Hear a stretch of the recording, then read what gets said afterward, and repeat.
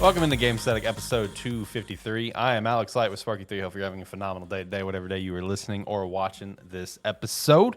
I got John in here in studio with me. John, buddy, how you doing? How you feeling? I am doing all right. It's been another week of Crimson Desert. Yeah, another week of Crimson Desert. I'm curious what all you've been up to. I'm not going to say accomplished, just what you've been up to. That's the better way to describe this game, is what is everyone up to, not what you've accomplished. I've dabbled a little bit in some Crimson this week. It's been a long week, as I haven't got as much playtime as I wanted. But I've had a mission recently with my game that I've been continuing today. So we'll talk about what I've been up to and what you've been up to.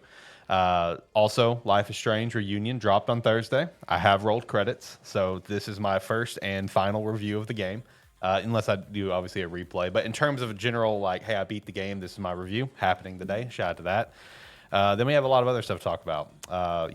Price increases are plaguing gaming once again, and there's like 45 different things that's happened this week, and it's been kind of crazy. There's also a certain leaker that I follow that really set the internet ablaze this week with his latest episode, with a lot of big news in the Nintendo world. So we'll touch on that. We'll touch on the Xbox partner preview. Did you watch that? Nope. All right, I just watched it earlier. If you read an article, I saw like some cliff notes of it. And yeah, I was like, good move. No need to watch it. Good move. There's a couple standouts, but it was 33 minutes and a couple standouts. But for the most part, I'm like, all right, I'm watching this out of obligation. So he made the right call. But I watched it. I was there, so I can talk about it to some extent. There's a like YouTube reviewer that I watch who did like kind of like, here's the stuff from there that I'm excited about. I'm like, okay, well, we align pretty well on a lot of stuff. There you go. And I watched that. And I was like, all right, I kind of skimmed through it. I was like, and I'm glad I didn't watch that. Yeah. No, I mean, it was fine for what it was, but it's definitely just good to go read an article. I'll tell you that. A couple standouts, though. A couple standouts that I think look pretty cool and that I've got on my radar. So we'll talk about that a little bit. Then a couple other things. Pokemon Champions got a release date, plus some like news on like pricing and things along those lines. And we got some other things to shout out as well. We'll also make sure to shout out some Rogue Energy as well as Spark3 Shop later on. And if you want to support us for the Patreon, it's a great way to do so. And join the Discord down below. Anything you want to get off your chest before we jump into Crimson Desert and Life is Strange and everything of the sort today? I don't think so. I don't think I have anything jumping out at me right now. No, I got nothing at the moment, personally. So let's just dive in then. Crimson Desert, what have you been up to this week? What sort of adventures have you been on? How much have you accomplished in terms of the story's progression? Probably nothing, right? Okay, so last week I was about 15 hours in chapter 3. Now I'm about 40 hours in, and I just started chapter 4. Okay, nice. I'm not that far. I've not done hardly any of the like, I guess, main story progression stuff. I've been doing all the faction quests, exploring, just general, like basically what I was doing last week. Just a lot more of it. And man, the more I play this game, the more I'm amazed by this game. That's kind of how I feel, and I'm nowhere near where you are in terms of hours and like even chapter progression. But like literally just earlier when I was playing like for an hour, I the further I was getting on the map, the more amazed I was getting of like, dude, this game is honestly unbelievable. The amount of like, just you travel from like the city to a forest biome and then like just to the mountains. Or like a snowy area. It's incredible. Yeah, it's crazy. There's so much in this game. It's one where as I've been playing, I've just been learning. I mean, it's kind of how it is. The more you play a game like this, the more you see that is there, and the more the mechanics that you see, and you're like, God damn, how does this exist? Right. No, that's been me. This is one of those games where it's like, yeah, it's a polarizing game. Yeah. To an extent. Although it's one of those where it's like now the people that are playing it are the people that are kind of in on it. We're starting. It's been a week now. We're starting to see like, I don't want to say like the actual views and opinions on it, but it's kind of all the news is turned on it. Right. Where it's like at first it was a lot of backlash, a lot of hate on it, and now it's mostly just the people that are in it praising it for what they've somehow accomplished. True. And man, it's one where I even now, like I hopped on earlier with a plan. I was like, okay, I've marked. Just like when I got off earlier, I marked on the map the quest that I want to go do. I'm beelining straight there. But then I logged in and it was a new day, so I had to run around town and pet the cats so I could get more progression on there. So I get more pets. Yeah, got to have all the cats. And it's like I'm doing that, and then I'm like, okay, well, I might as well run around and I might as well run around the area and check the nobles for pickpocketing them and that. And then I'm like, well, over there, I might as well go greet everybody to get the reputation up because why not? And then like I start going, and then one of the townspeople has like a request for me, like a little quest to do. So I'm like, okay, well, what do you want? And then it's been an hour, and I'm on the opposite side of the map. Granted, the other thing is I'm about 40 hours in the game, maybe just under 35 to 40, somewhere in there. That is almost entirely in the starting zone. Yeah, yeah. And like I ventured out of it exploring just because when you're running around exploring, you kind of pick a path and you're like, I'm going this way for a little while, Mhm. and the next thing you know, you're a zone away, going, how'd I get over here? Yeah. So my little bit of playtime that I've had this week, that has been my goal. Is just let's just go somewhere. So where I'm currently at is I am currently in the Crimson Desert. I haven't even gone that far. So I yet. literally just put my marker on the O of Crimson. I'm like, we're going. That's where I've been. I went through, or I went past a very, very nice city, very, very nice, that do not like me. They do not like me. I walk up and boy, red dots galore, and I'm like, I can fight, but I can't fight this off. I gotta leave. I'm currently, I got sidetracked in a desert town where I'm trying to help them locate what happened to their. You're over there in like probably one of the late games. I probably am, man.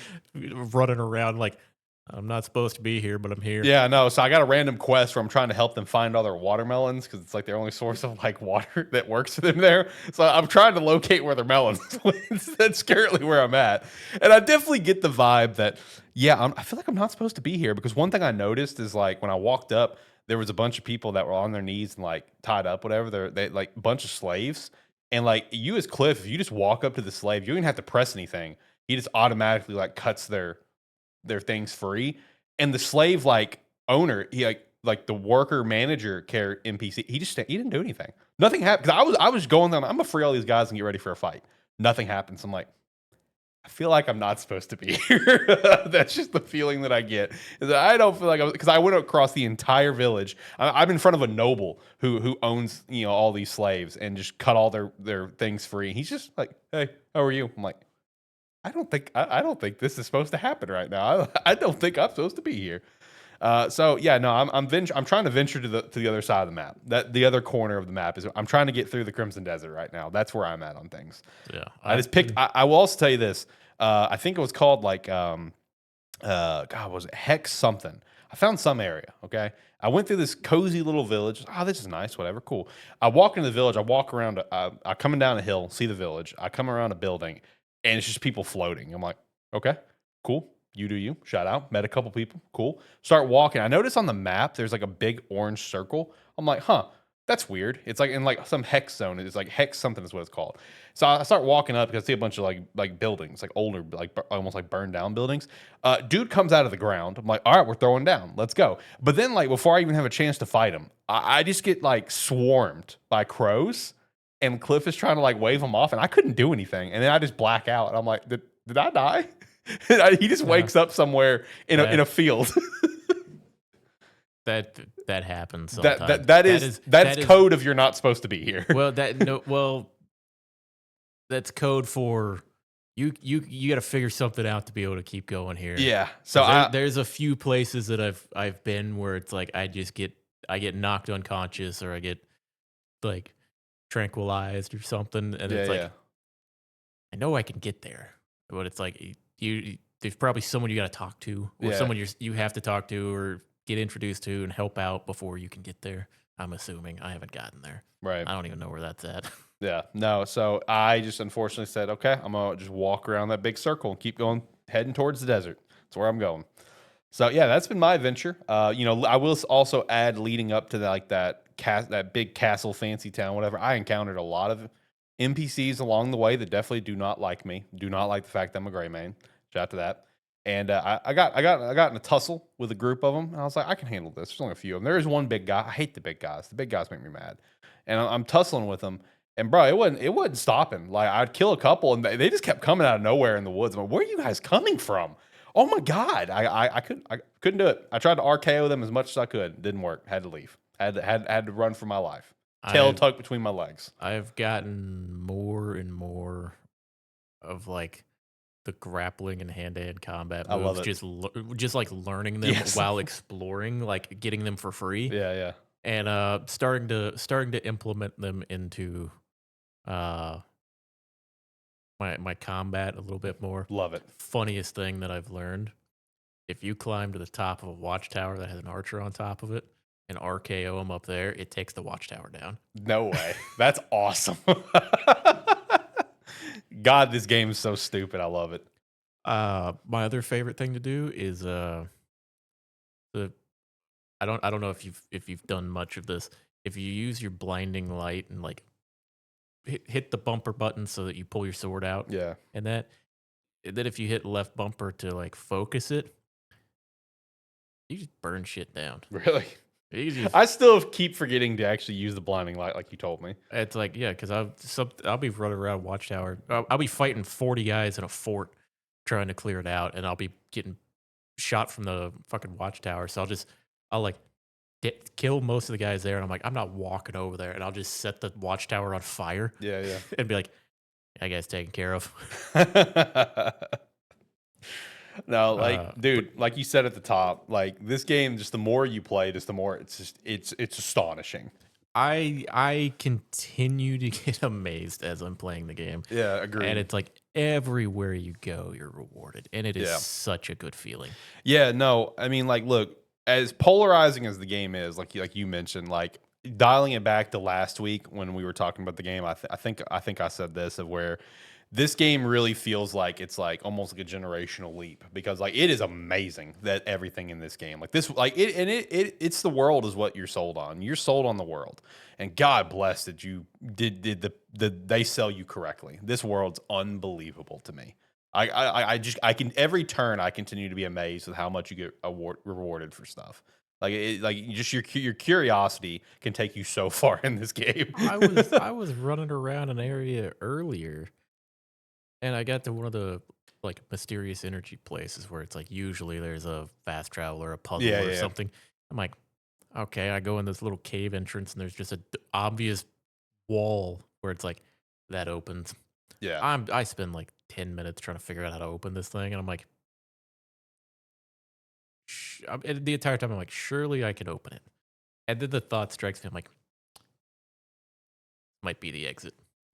Might be the This exit. might be the exit here. Got to turn this ship around, brother. When exploring around, yep, I found the actual entrance Yeah. to the place, went through it, and then when I got to the end of it, yeah, sure enough, that wall opened after I finished it. I went, Yeah.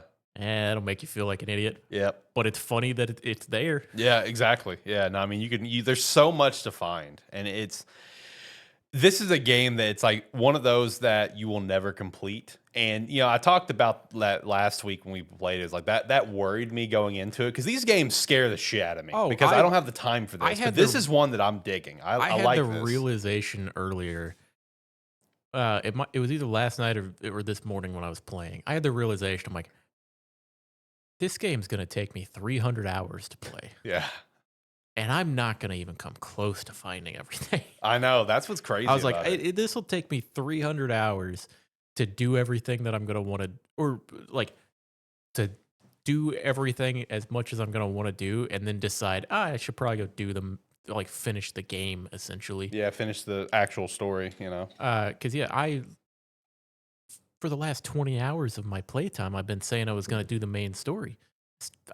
I've done 3 missions and progressed like very little, and now I'm working on expanding my like the Gray Main camp now. Yeah. Like I'm working on there. I've finally figured out, or I finally got to a point where I realized you can send people on missions Hmm. to You can do it. Yeah, it's part of the Greymane like Okay. camp quest line. They'll Okay. it's about like expanding the camp Have you out. played as the other characters, by the way? Hell no. Okay, I've Haven't only even touched it. I've only unlocked the girl. Haven't even unlocked my homie yet. I've unlocked the girl. I don't think I've got a lot of companions now, Yeah, but I think I've only got one other playable character. it's probably just the girl because Yeah. the other dude you unlock is that orc from the Yeah, beginning. I don't have him yet. Okay, yeah, neither I have do I have I forget that I can swap to her. as I've been as you do quests for like the Greymane, because there's so many different faction quests you can Yeah. do that range from like what they actually are. Mhm.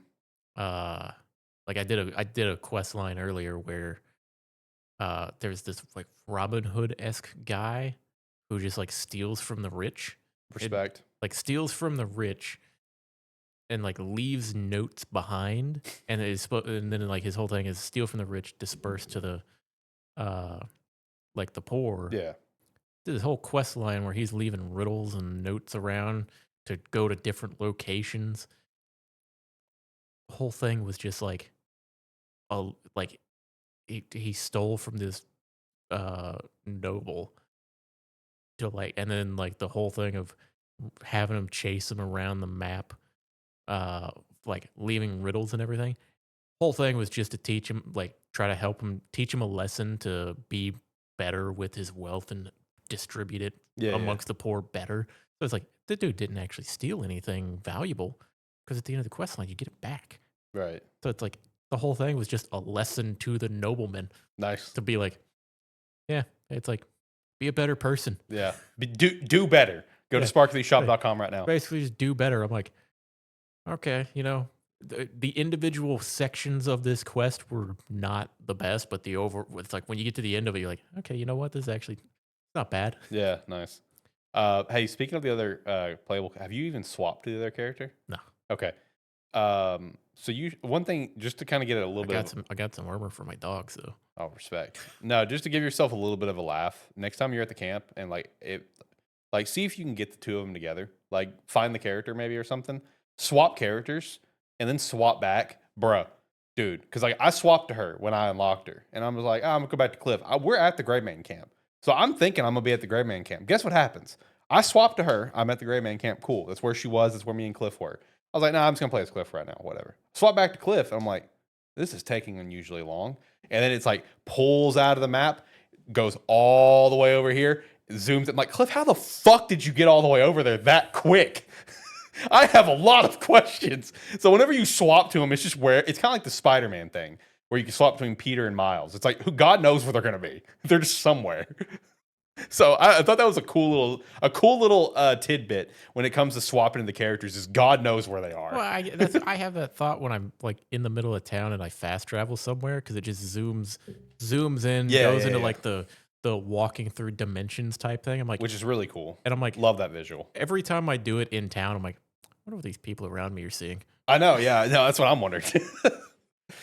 But no, I mean, dude, Crimson Desert, again, I haven't got to play very much, probably only like 3 hours this week. It's just been a very long week. I've been very busy with some other things, but man, it's just so easy to just get distracted and get lost. I mean, this game truly is like astonishing. It's one where the like I know like the big hitter games coming out this year for me. Right. It's one, the longer I play this game, I'm looking at those down later in the year, and I'm like, how the fuck are y'all gonna beat this game for me? Right, I know. It's like, because it's like I said, I'm around 40 hours in,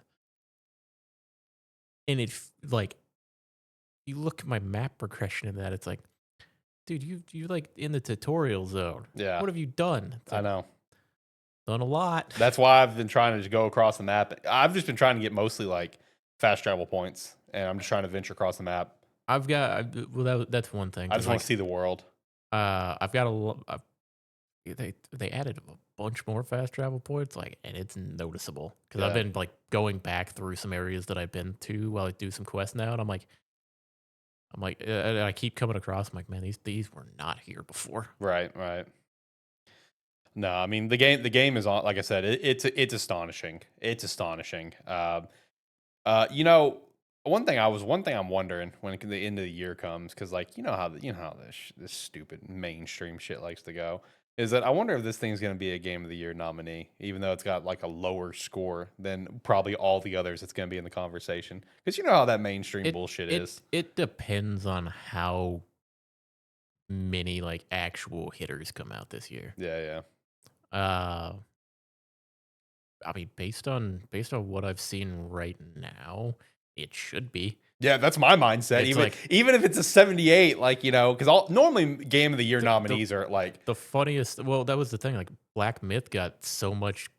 It got so much criticism for being the lowest Metacritic rated yeah, it game was like ever. 82. Yeah. To be Now nominated. you might have Crimson Desert in that conversation. The funniest thing this week has been seeing the progression from like the first 2 to 3 days Crimson Desert came out to where Yeah. like you see clips of people like streamers being asked like, "Hey, should I pick this game up?" Right. And people being like lukewarm or being like, "I don't know," because you're gonna play. It's like you're gonna buy it, play it for your 2 hours, not do anything, be unsure, and not be able to refund it anymore. Yeah, I know. And it's like from that to like now that people being asked, they're like, "Oh, this game's incredible." Yeah, no, this game's unbelievable. The longer you play it, the more You're rewarded. it's like it is. The more you play it, the more it's like, man, I thought I knew what I was doing. I thought I Yeah. knew what I was doing, and here No, they just taught me something that changed everything. no, listen, like I understand where gamers come from, where it's like if a game can't hook me like in an hour or whatever, then what's the point? No, this is a game that look, stick through it if you're not feeling the first hour or two. Stick through it because it will reward you. Yeah. Which it's one where I have to like pause and think about that for a second because I'm Yeah. like, I was in like I booted it up and I was like, all right, I'm in. And then it's like I hear a lot of almost everybody being like, yeah, it took like 5 hours for me to kind of get into it. I'm like, what happened here? Where's the Yeah. where's this disconnect coming from? Yeah. Yeah. Uh, but yeah, I think that is just most people just didn't know Right. or Right. just heard about it at the last minute. Yeah. But no, that if you, I mean, main thing is if you like sandbox games, You're gonna have a great time. god damn, is this not one of the best worlds to play in? I know. No, the world, like again, the world is unbelievable. Like this is a game you can just go get lost in. You need to go kill an hour or two. Go walk around. You can find something to do. Yeah, no, hell, I got so excited earlier because I was just like getting a bunch of quests, and then like the last one I got, I was like, okay, or the last one that I could pick up in the area, I was like, okay, I guess I'm doing this one because it's the first one marked. Looked on my map and the location that it was sending me to, there were 3 different quests like fairly close to. I was like, oh, I'm gonna go knock all 3 of these out, There you go. and then I was climbing like this rock spire in the middle of the ocean because I got distracted. It happens. It happens. Couldn't do anything at the top of it, or it's like I got to the top of it, got confused. I got to the top of it, saw something up there, and I was like, I don't know if this is the entrance or the exit, but there's a mysterious energy over here off to the side that I saw while I was climbing, so I got to jump back down now and go pick that up. Right. And then I don't remember where I went. Yeah. That's what happens. You get lost quick. I've been like before I decided to venture off to the Crimson Desert, there was like 3 different things I was trying to accomplish and I kept getting distracted. That's this game. That's Crimson Desert. So, nah, having a great time. Looking forward to Yeah. playing some more. I will say, have you had well, aside from being in an area way further off than you probably should be, Correct. have you had any issues with like bosses or combat? Just whenever I got aggressively jumped, as well as I don't know if it was. I don't know if it was at the time that I was playing the game, with the week I've had, just, what I'm talking about. But the Reed Devil shit was kicking my ass there for a minute. Well, Mostly because of the big guy. The big guy was pissing me off. Oh, okay. But Do those you are have the any only 2 trouble times. with the actual Reed Devil? No. I see. I've been reading about apparently that's been like a big like roadblock. No, the roadblock for me was actually getting through the Reed Devil fight because I kept getting just jumped and swarmed. And it was that one big guy that kept, I just, not a great time for me to be playing that game. I'll tell you that. But yeah, just that. And whenever I was trying to fight those random NPCs in that very clear enemy territory range where they just kept coming out of the woodworks. Those are the only times I've had trouble with combat, where it's like, yeah, this is not going too great for me. Other than that, I haven't had any problems yet. Yeah, I think I haven't really had trouble with it for the most part. But I'm also I leave town prepared to go on an adventure. Yeah, So it's like I leave town. I got 2 stacks of Palmer pills. yeah, I got like 80 food to heal up with. I'm ready to go. yeah. Ready for the long haul. It's like I'm ready to go. I'm like, if I come across a boss, I guess I'm fighting. Yep. But it's like I've also found a bunch of cool stuff so far. Right. I got a bunch of cool weapons, so I got some cool weapons. I don't have as much cool armor. I've been unlocking or finding and unlocking and just doing quests and stuff and coming across areas and finding stuff as you do in this game. Right. Which is, I mean, why the game's so good. Correct. But it's one where I was just traveling off in a direction this morning and like flying. I climbed to the top of a mountain and like I guess I'm jumping off the other side now, flying down the mountainside. Saw like a boss health bar pull up, and I'm like, wait a second. Turned around, went back. I'm like, what are we doing here? There's been a couple of those where I'm like, why is there a boss spawning at the top of this mountain or just out in the random wilderness here? Yeah, But stop and fight him. yeah. Take care of business. You're here to throw hands. Yeah, it's like I wasn't planning on fighting right now. I was planning on exploring, but I guess we're fighting. We're throwing hands. Yeah, this is what we're doing now.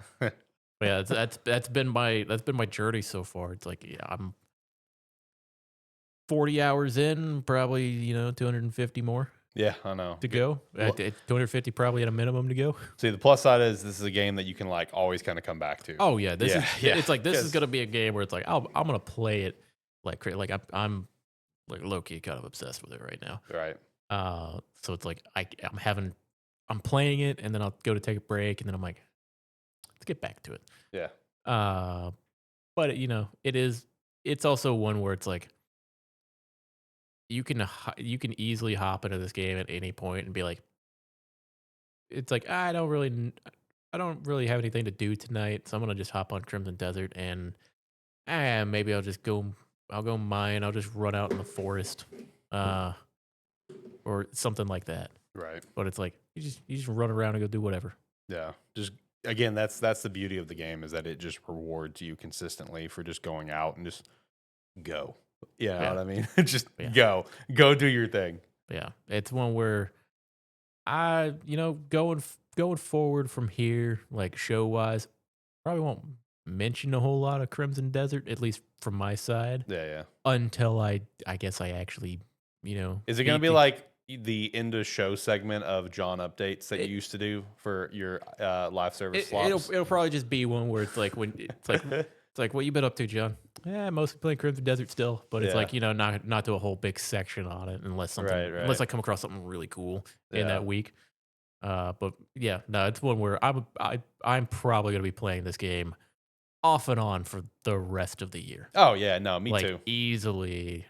It's by the time the end of the year rolls around, this is gonna be my most played game by far. Yeah, I'll be curious of where it falls in like your top 10 of the year. Like, because obviously we got a long way to go, a lot of most anticipated to go. I'm curious where it's going to fall. I had an idea of where it was going to fall, but it's one where that's the longer I play the game, the more unsure of the original position I thought it was going to be at. Right. As well as now I'm looking towards, like I said, I'm looking later down the line going, how are you going to do that? How are you going to beat this? Yeah. But it's like, there's a couple coming up where I'm like, I know how you're going to beat it. I know what you are, and I'm excited. Yeah. Shout out to Trails. Shout out to Trails' second chapter. Well, for me, Fire Emblem Fortune's it's also Fire Emblem. Yeah, like, Fire Emblem. Let's go. I got high expectations out of Fire Emblem. Very high. Yeah. But no, I don't know that I have my current list on my phone, but on my PC at home, I've got my list. I got my 2026 list of of my anticipated games there. So. Looking forward to those. Yeah, I've got my playlist going right now, and I started ranking my playlist. as well. I'm doing my ranking the way that I do, where I've got it aligned for both the show as well as my personal video. So I've got the 2026 only ranking going, and then I've got the all games ranking going because I've played a decent chunk of games that did not come out this year. So yeah, no, I've got my list going right now of everything that I've played. I'm continuing to update it as the year goes. And Crimson Desert, it's in a good spot. It's in a good spot right now. It's an astonishing game. It's yeah. I'm looking forward to seeing how excited I am. Like 100 hours from now in it. Yeah, I agree. Let me shout out some merch. Head over to sparky3shop.com and pick up some merch, like the Do Better shirt that we just mentioned, as well as 7 out of 10 is a good game, because 7 out of 10 is indeed a good game, and you should go pick it up. And don't let anyone tell you otherwise. If 7's bad, they're lying, they're wrong, that's incorrect. So go pick up some merch at sparky3shop.com, and I would appreciate your support. All right, I'm gonna do some timestamps here. Help out with the video. I was wondering what the hell you were doing. Yeah, you saw me grab it. Yeah, it's for timestamp purpose. I thought you were gonna I thought you were like writing me a note. I was like, what the fuck is he doing? No. I'm writing timestamps because talked a lot about Crimson just now, and I've got my headlining as "Life is Strange," so I want to make sure I can timestamp the video whenever we're done. So yeah, I'm gonna timestamp that, and I'll probably also shout out both merch and Rogue again later too, because I love having those cut up my videos for me, the main videos. It just helps me pinpoint it in editing. So I'll probably shout them out again. I apologize, but it just helps me deal with it. I will say it is funny. This is the last thing on Crimson Desert, but it is funny because I'm sitting here thinking on it. I'm like, I am close to 40 hours in this game now, right? And I've like I said, probably a couple hundred, maybe 300 more to go potentially at a minimum. And I'm still amazed at the fact that at some point in this game, I'm supposed to find a jetpack, mechs, and dragons. Facts. The jetpack one is the one that's fascinating. And I'm sitting here, I'm sitting here, thinking about that. I was thinking about this earlier when I was playing. I was like, where? Please tell me. I'm like, how? Right. Where is that supposed to be at? Yeah.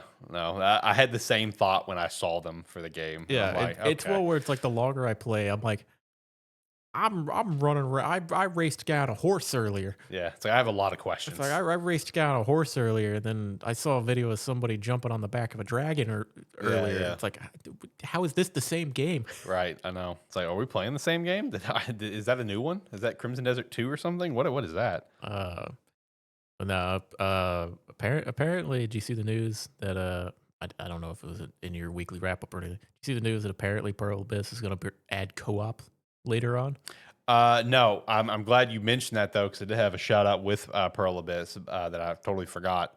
But no, I did not see that. I did not see that. Apparently, a major update at some point is supposed to add in co-op. Oh, nice. That'll be fun.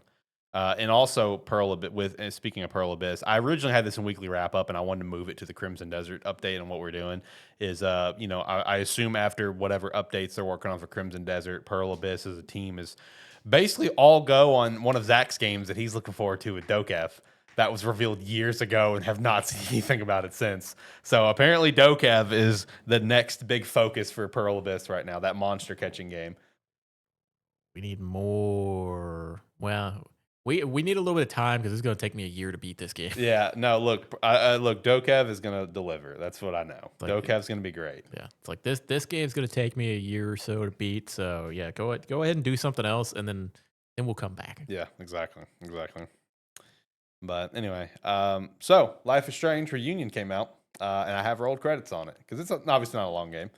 I got to say, any sort of negative feelings that people feel towards double exposure, or maybe even like True Colors, because obviously these are all the games that were made by Deck 9 or 9 Deck, whichever one it is, not the original creators, whatever. Any sort of negative feelings you have towards those two, I'm going to tell you up front, Reunion delivers. The Reunion is honestly really, really good. Double Exposure was fun for what it was, right? It was fun to step back into Max, whole new story environment. The environment is very pretty, by the way. New powers, everything. A lot of new characters, a very interesting story to explore. But there was some negatives about, Double Exposure. One of them, how it doesn't feel like your choices matter too much. And I kind of got that with my playthrough of Double Exposure. To an extent, it didn't feel like your choices mattered, you know? So it's like there was some negativity around Double Exposure. And, you know, and I remember talking about it on the show where it's like, this game getting a sequel is going to make or break the ending up front. Like the game, like, cause it didn't sell very well. It was received well, but it didn't sell very well. It was a critical failure in Square's eyes. So it's like, I didn't know if they were going to need a sequel. And it's like, if you leave the game off with the ending, it's like, ugh, that really tarnishes the game even more. You know what I mean? It's one of those type of endings, in my opinion. So Reunion, man, to me, I feel like it delivers on almost everything that you're looking for and everything that you want. I loved this game. It's very difficult for me to sit here and say, is it better than the OG? Because the OG is great. The OG is goated. But it's been a long time since I've played it, so now I feel like I probably need to do a refresh on it. But is this game at least right behind the first one? Absolutely. I would say out of all the Life is Stranges, now I will say I have not played 2. It's the only one I have not played. Out of all the other ones that I've played, this one is, in my opinion, the second best and my second favorite currently of the franchise, but only behind the original. If you are a newer, if you're a new player to Life is Strange, arguably you could honestly go into this game and play it because it does have a pretty extended catch up of catching you up of Life is Strange as well as Double Exposure. As a fan of these games, obviously I would still say please play the games because then you can understand a little bit more context. Because like one example of the huge catch up thing they did for the beginning of this game is they talked about the corruption at Caledon last year that you revealed, and it doesn't reference what it was. So like that's one little piece of like what was the corruption they're referring to. But it does like watching the opening of the game, it does give you quite the catch up. It catches you up pretty quick. So even if you have played the original and it's been a while, or you played Double Exposure at launch, and you're like, I kind of remember because I didn't really care for it, you get caught up pretty quickly. From there, you do get the opportunity to basically preset your choices of all the major choices between the first game and Double Exposure. So you get to have the choice of Bay or the Bay. The meme choice there as the meme way to put it, as the final choice of the game. You also get to have the choice: did you romance Chloe or just be friends with Chloe? As well as Double Exposure questions of: did you romance Amanda or did you stay friends with Amanda? Did you romance Vin or stay friends with Vin? What was your final choice in Double Exposure? What did you support Safi or reject Safi? Like it gives you it lays everything out for you.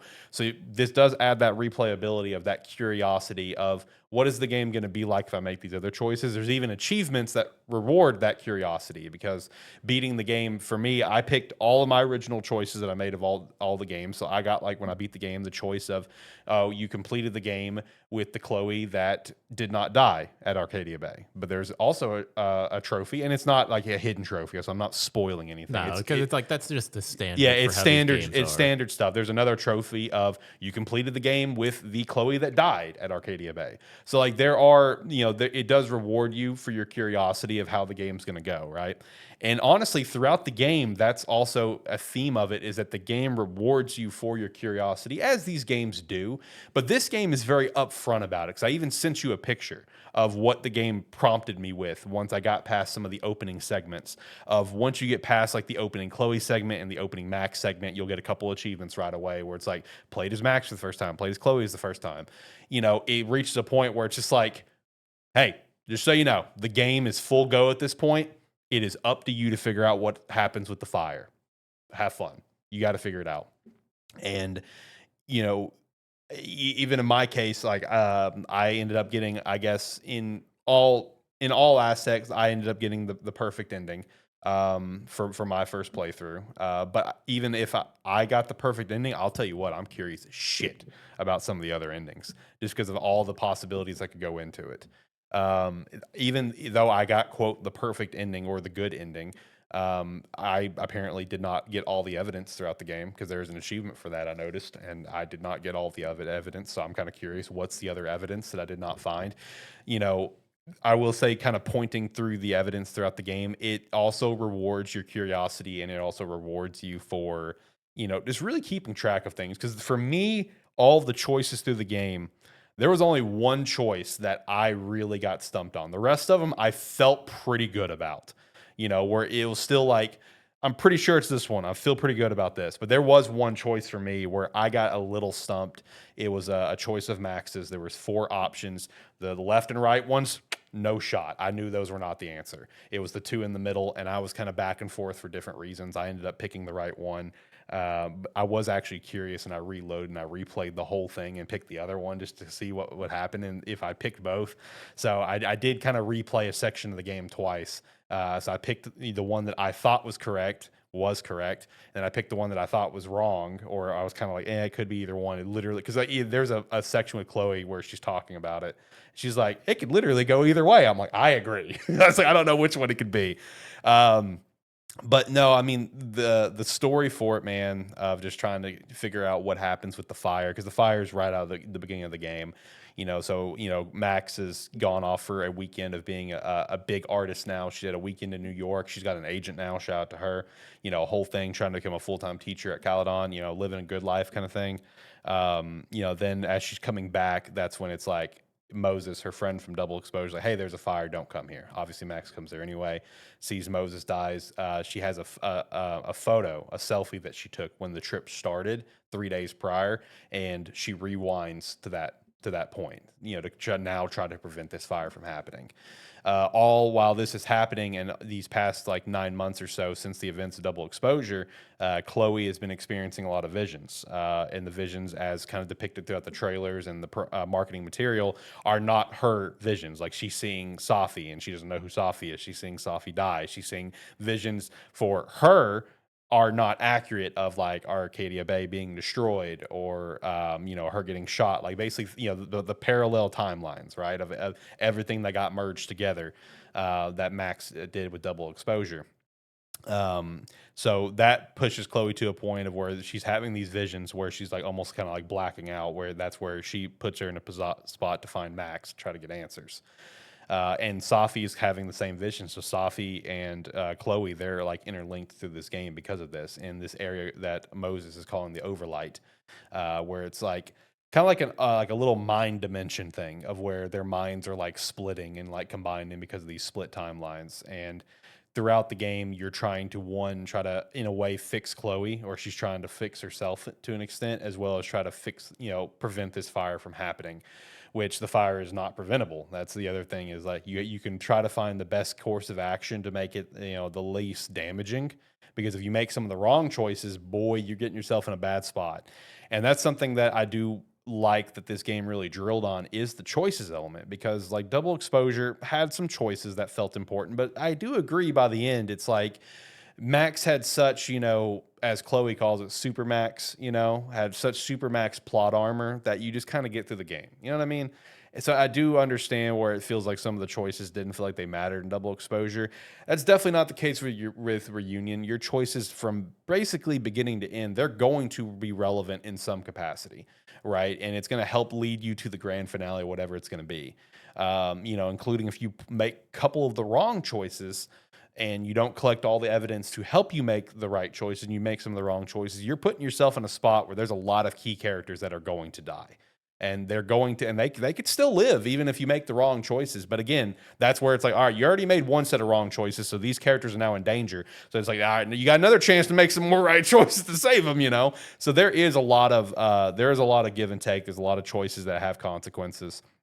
One thing that I really appreciate about this game is I really appreciated, that's the right way to put it, I guess, just the overall visuals and how they went to portray certain themes in certain moments. You know what I mean?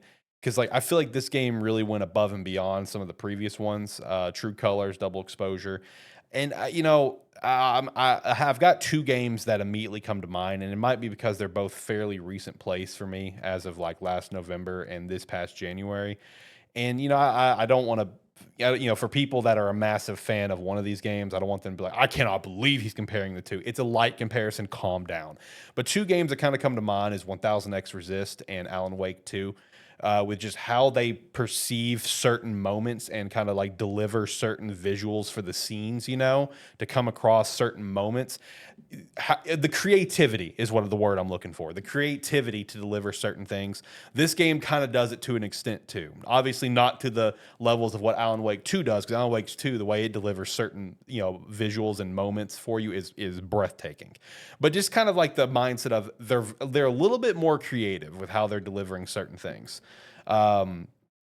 Obviously you can't, the music's always going to be great. The music's always good for these games, those moments to just kind of stop and relax and stuff. One thing there's a couple things I didn't like about the game. One thing is that for the most part, it ties up all the loose ends from Double Exposure. There's two characters in particular that I understand why they're not there, but I also feel like, hey, at least one of these, you should have put them in the game. The character of Gwen, who was one of the professors and kind of a key focal point of the Double Exposure, she was not present in the game, and I feel like that was kind of could have delivered on that to some extent.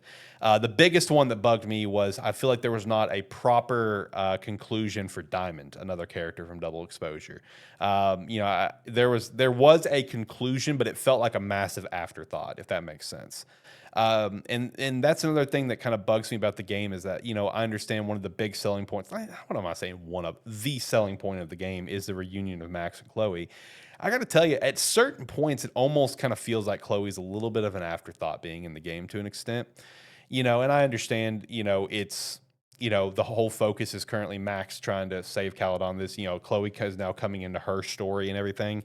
But like, for her to be one, obviously the reunion, like there was a couple moments where I almost felt like Chloe was a little bit of an afterthought at times, even though she's obviously not in the core story of what's happening, right? Like she's like an anomaly, a paradox is like the way that, Moses talks about. Like she's obviously not, but like when you go through the few Chloe segments of the game, it's like obviously she, because it's narrative and it's the way that it's written, it's the way the writers wanted to write it. She has a core focus, but also those key moments of the game, I feel like some other characters could have done it too, if that makes sense. You know what I mean? Like I feel like the things that Chloe brought to the table, another character could have done. Like I'll say it. I feel like if you wanted to do this game where Chloe's still not involved, you could have just had Safi do a lot of the stuff that that Chloe does. Now I understand that why that's not the case because of how the ending is of Double Exposure, and depending on how you kind of approach Safi and and her feelings on her powers and everything of the sort. Like I get it. But like I just feel like there was almost a way of where Chloe didn't need to be in the game. And with that, another thing that slightly bothered me, but I totally understand, and I'm not going to write it as a negative, is I wasn't the biggest fan of the push down your throat of Max and Chloe's romantic relationship. Wasn't a huge fan of that because I feel like this is one, like I understand why, I get it, and in terms of the characters in the first game, if you choose to romance Chloe, I understand it, based on age and time and era, I get it, right? It makes sense for these two polar opposite characters to kind of, have that romantic, approach to things, right? It makes sense. But like you look at the overall narrative, and I gotta be honest, I agree with some of the points that Chloe was personally making, where she feels like Max has her own life and she doesn't belong here. I gotta be honest, I agree. They're two polar different characters at this point.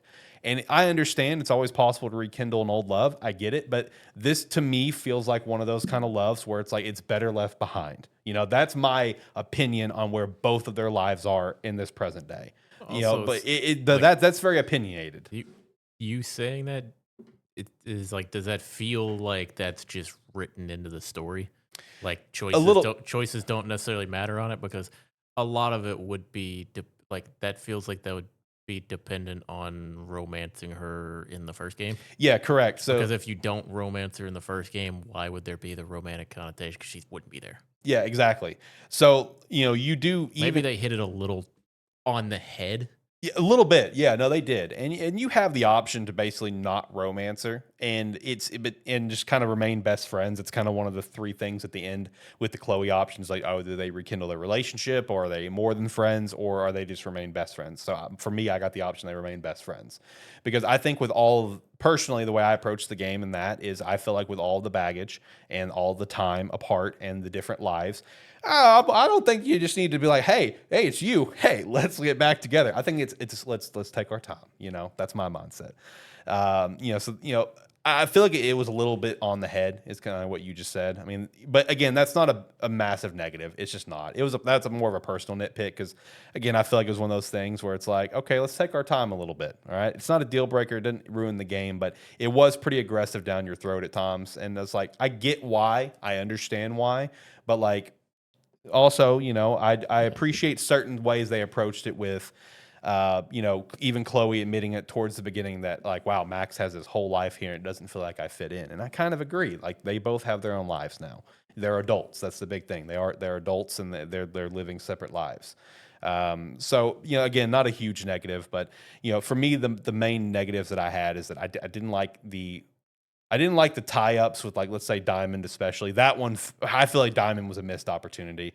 Gwen, I can understand. I can understand Gwen not being present at all, but Diamond felt like a complete miss. And I know obviously you don't have context of the characters, but like in context of how Double Exposure ended, Diamond's a miss. Diamond's a missed opportunity, where it feels like they just wanted to finish up this other story and kind of get things across. But overall, like I genuinely, really thoroughly enjoyed this game. I thought there were so many points that were done really well. I think the chemistry between Max and Chloe was.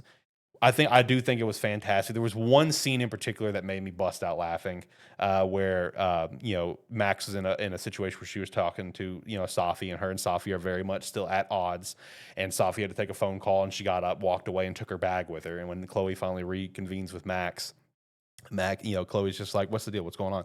She's like, well, I'm trying to get things out of Safi, whatever, but she was too smart for me and left her bag behind, whatever. And obviously at this point, rewind is like full on, like this is the thing we've been doing all game is the rewind ability. And then Chloe was just like, dude, what are you talking about? Like, I'm just gonna get her bag. I'm gonna throw it in the lake. You get the mask. What are we talking about? And Max's like, wait, hold on, what? And Chloe just gets up, and the whole camera shot is all from like Max's POV. So you don't like zoom in and watch it happen. You see Chloe run around the corner. You hear Safi say, bitch, you did not. And you see Chloe just running across with the bag, yeets the bag into the lake, throws Max the mask, and Chloe's like, hurry up, rewind. So that was like just that moment of her running around and just Safi just saying, bitch, you did not just do that. Another thing I also want to praise is for them just meeting, dude, shout out to the voice actors, the mocap actors, whatever, and also shout out to the writing. They did a great job building the chemistry of Safi and Chloe throughout this game. For them, like as two characters that just met in this game, but as also well as met in this overlight where they're like tied to the hip to an extent, their chemistry was great. I mean, it really was. And same thing with Chloe and Moses, man. Their chemistry was awesome. So I definitely want to give a lot of praise there of where there was some really great character chemistry. They wrote it really well.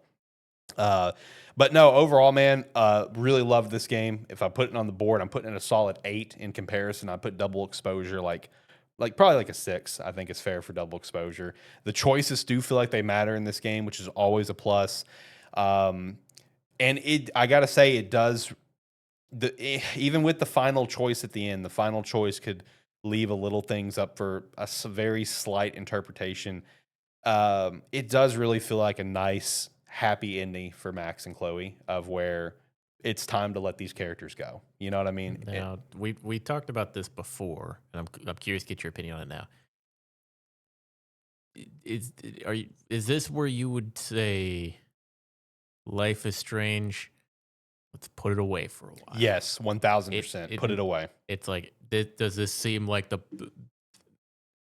them making this game to kind of wrap that story up, Yes. even though they lost money on it? Does it seem like they're doing that because they're like, we're done now? Yeah. No, I'm fully in the mindset of put the property of Life is Strange behind. Like it's time to let that rest, because the last thing that you want to do is make one game about maybe another True Colors game about Alex. Make that game. or and then like and then if it you fail wanna and you just want to default back to Max and Chloe or something. if you wanna if you wanna make another game, it's time for a new IP. Yeah, it's time for something else. I feel like Life is Strange for now needs to get put to rest. Can we always revisit it? Absolutely. But down the line, because this felt like this truly felt like an ending. And one thing that also helped it feel like an ending, where as someone that also like loves the first game, right? And this game means a lot to you. I think you'll really enjoy this if whenever the time comes and you play Double Exposure and Reunion. At the end of Reunion as well, they do have a full montage of both Chloe's and Max's, all their major events, from just like a musical emotional montage of one Before the Storm and Double Exposure. That'd be nice. Yeah, and it's like it really felt like that send off. Like these characters are walking into the sunset and they are done.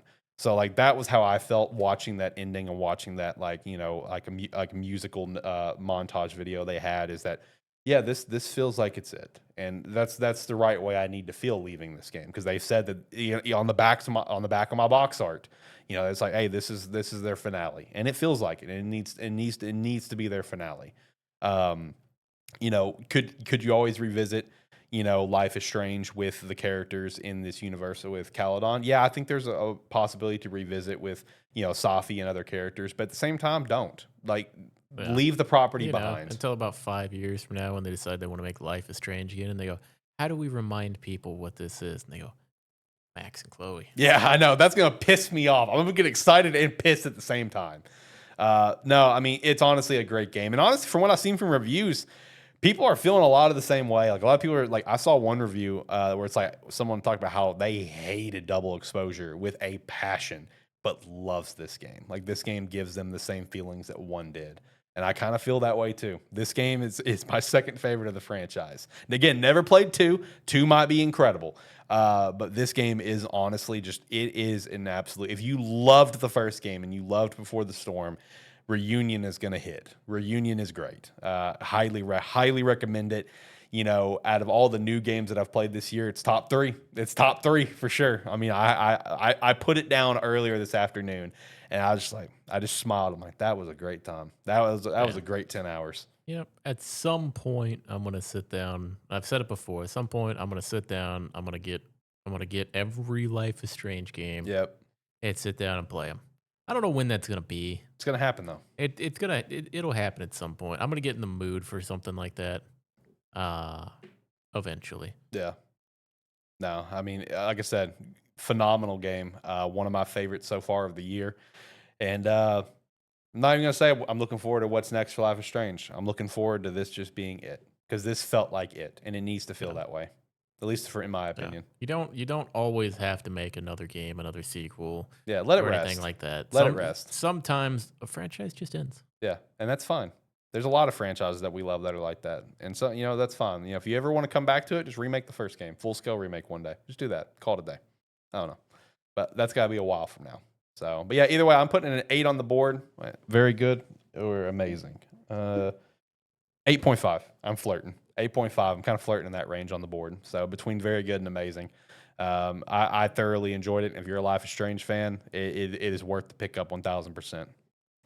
All right, let's shout out some Rogue Energy. Use the referral link down below, promo code SPARKY30 to get 10% off your order. Whether it's Hydration Rogue, the Hydration Energy, or the Chill line works for all of it. Hey, if they got a better sale going on, no big deal.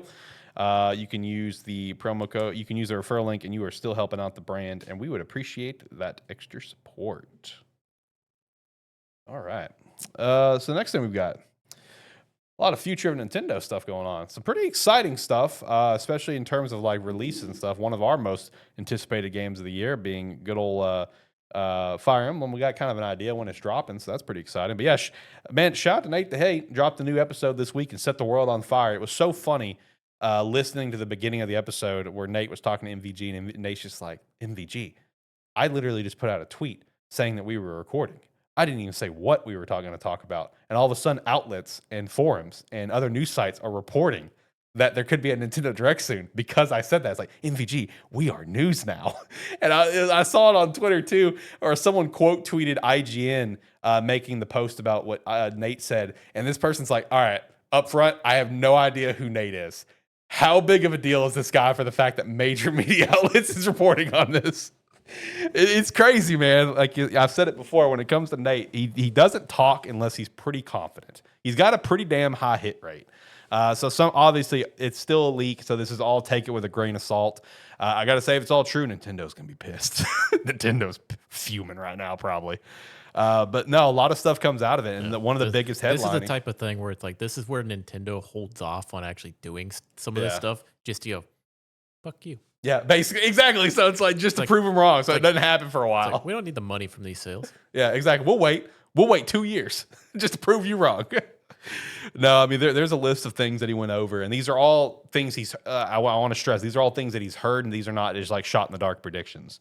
So one thing is kind of what you and I talked about. Yeah. And I was kind of happy about it. I was like, oh, man. It's exactly what I said. My thought process was like, it only makes sense. Yeah, no. So no, from what he's been told is no general direct until June, which, I mean, that makes sense. I mean, like when we laid it out like last week, it's like, you just had Pokopia. Mario Wonder came out a couple days ago that we forgot to mention. Tomodachi Life is about to drop. You have Mario Galaxy movie about to come out. Then you have Yoshi dropping in May.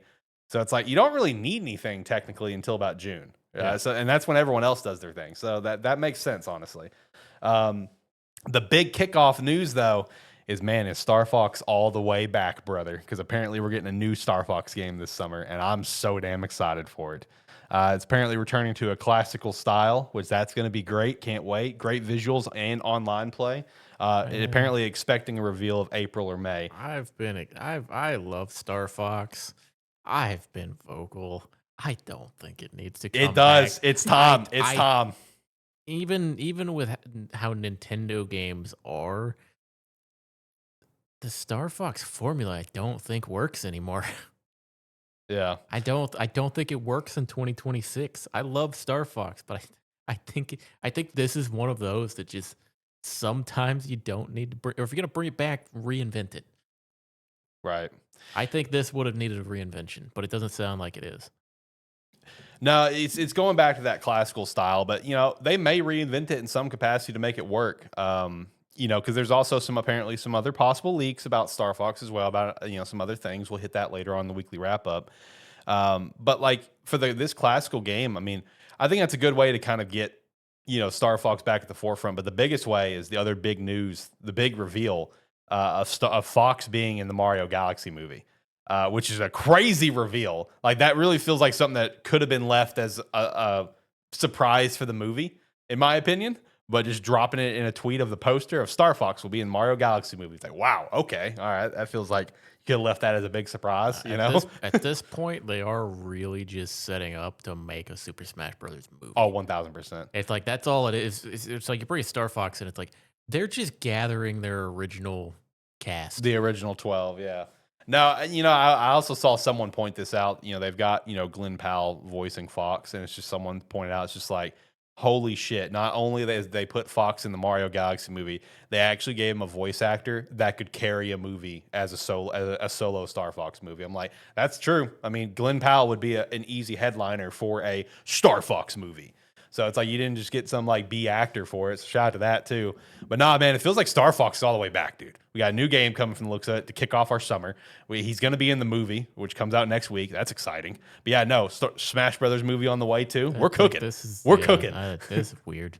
They're cooking. We're cooking. It's fine, but I'm gonna be curious on the reception of it more than anything. Yeah, I agree.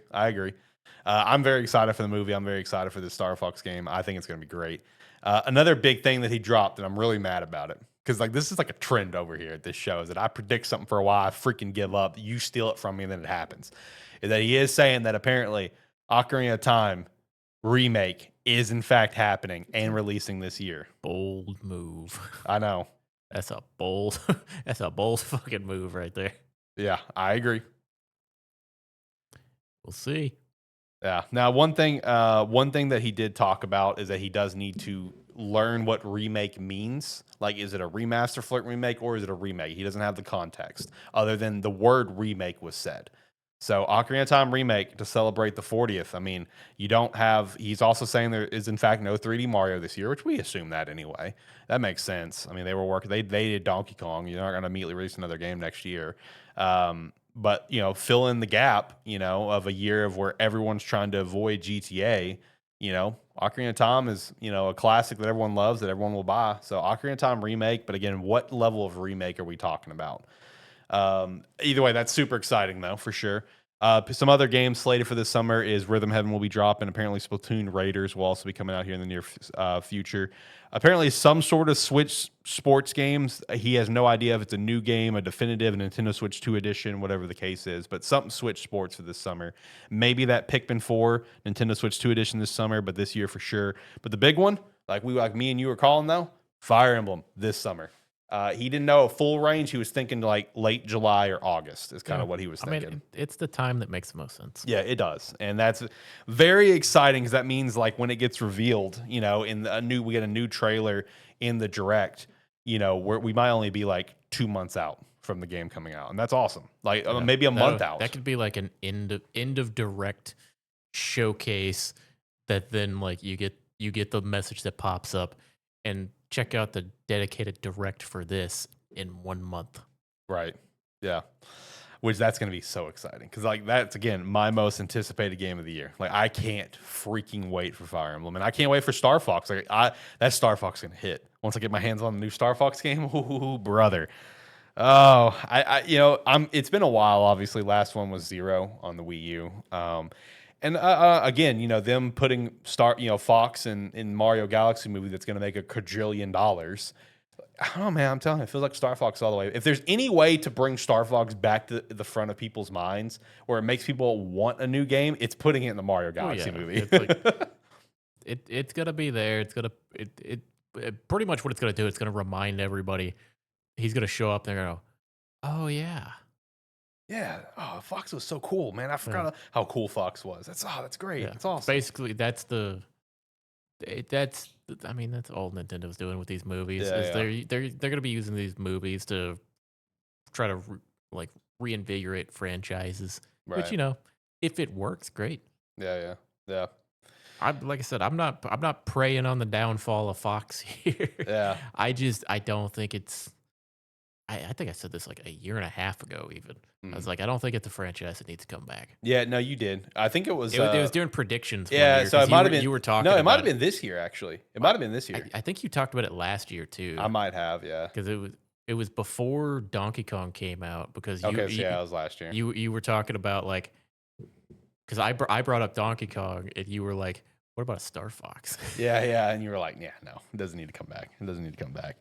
I'll go ahead and talk about this now. I had this at the very bottom of the weekly wrap up because it's like, it's one of those things. It's a super take it with a grain of salt. But in terms of like Star Fox potentially being like reinvented, there was actually some other leaks that took place this past week that people kind of came across. Here's the context on it. And remember, please take take everything we've talked about with a grain of salt, especially take this with a grain of salt. There was apparently in a video from Nintendo Forecast, I believe, there was an anonymous leaker that commented some stuff in there. And there was also another anonymous leaker that DM'd directly a YouTuber, Poro Michelle, on the 21st, and they made a video about this. Both of these that happened was before Nate's video was posted, but after Nate's video was recorded, based on when Nate was like, hey, I'm recording a video. But it was before it was posted. And I just combined all the information together from both of these. And with the Star Fox one, apparently there's 2 new Star Fox games in development. The classical one that's going to come out this year, and next year a more adventures style Star Fox game. So we're kind of going back to Adventures or Assault from the GameCube, which is great because that's the type of way to go about it, is taking like an Assault approach or an Adventures approach or whatever. So that could be your way to reinvent Star Fox, is kind of going to a different formula than the classic on rails thing. I mean, would that excite you to kind of go down that route? It's hard to say what excite me. It's one where you're curious. I'm curious. I'm curious as it is with it. It's one of more. I can't get excited hearing that news until I see what it looks like. Yeah, I mean, that's fair. And that's because it's one where I remember playing a lot of Star Fox growing up. Yeah. And that's why I'm hesitant to get excited about it, because I'm like, I loved Star Fox. I don't want to play Star Fox 2026. I do. I absolutely do. Let's go. But yeah, I mean, I can understand where you're coming from. Is that you do want to see something I want to new? see something come out that is gonna like be an experience that everybody's going to love. Hmm. Where it's like Star Fox is great, but it's not something people are gonna play like we did back in the day. Right. They might. At least a portion. A portion. The people that played it back in the day are gonna be the ones that Yeah. play Yeah. it more than anything. True. But it's like True. I don't think everybody that played it back in the day is gonna be the ones You're buying just it. And I unsure. want it to be a success. You're just unsure if it's going to set the world on fire. Yeah. I If it gotcha. comes back, I want it to be a success. Yeah. And if it comes back like they're saying it is, I don't see it being that success. Yeah. I mean, okay. That's fair. That's fair. Some of the other things that they leaked is the same stuff Nate leaked, including like new 3D Mario in 2027, something Switch Sports, Dusk Bloods at the end of 2026. That is something that Nate said, by the way. Ocarina of Time remake this year, and apparently it will not be based on the 3DS game, so it is a remake, not a remaster of a remake. And then three things that Nate did not talk about that they did was Mario Kart World DLC postponed to 2027. So you're looking at like 2 years from game launch to having new content. That's rough. Super Metroid Remake by Mercury Steam, along with a new game from Mercury Steam, who did, Metroid Dread and stuff like that. So that's pretty exciting. And then one thing that got me pretty pumped was a new Wario Land. I love Wario Land. Let's go. Wario Land and Wario World are great. So again, take all that with a grain of salt. Even take Nate's stuff with a grain of salt. While he has like an incredible hit rate, and he doesn't really speak unless he's pretty sure, like his hit rate's probably about like I'd say a solid 90. It's all obviously take it with a grain of salt because like what John joked about, Nintendo could see all this news popping off and be like, well, you know what? Fuck you. We're not going to launch it now. We're going to launch it next year. But either way, it's a lot of exciting stuff, that's for sure. I mean, Ocarina of Time remake, I'm mad as hell that I predicted like 2 or 3 years in a row in our annual predictions, and now all of a sudden it's now happening when I finally gave up on it this year. It's like, God bless. I just wait for you to give up on predictions before I take them. Yeah, then you steal it from me. So I don't know, that's bullshit. But either way, I mean, it is exciting. It is cool. All these predictions definitely got me pretty juiced.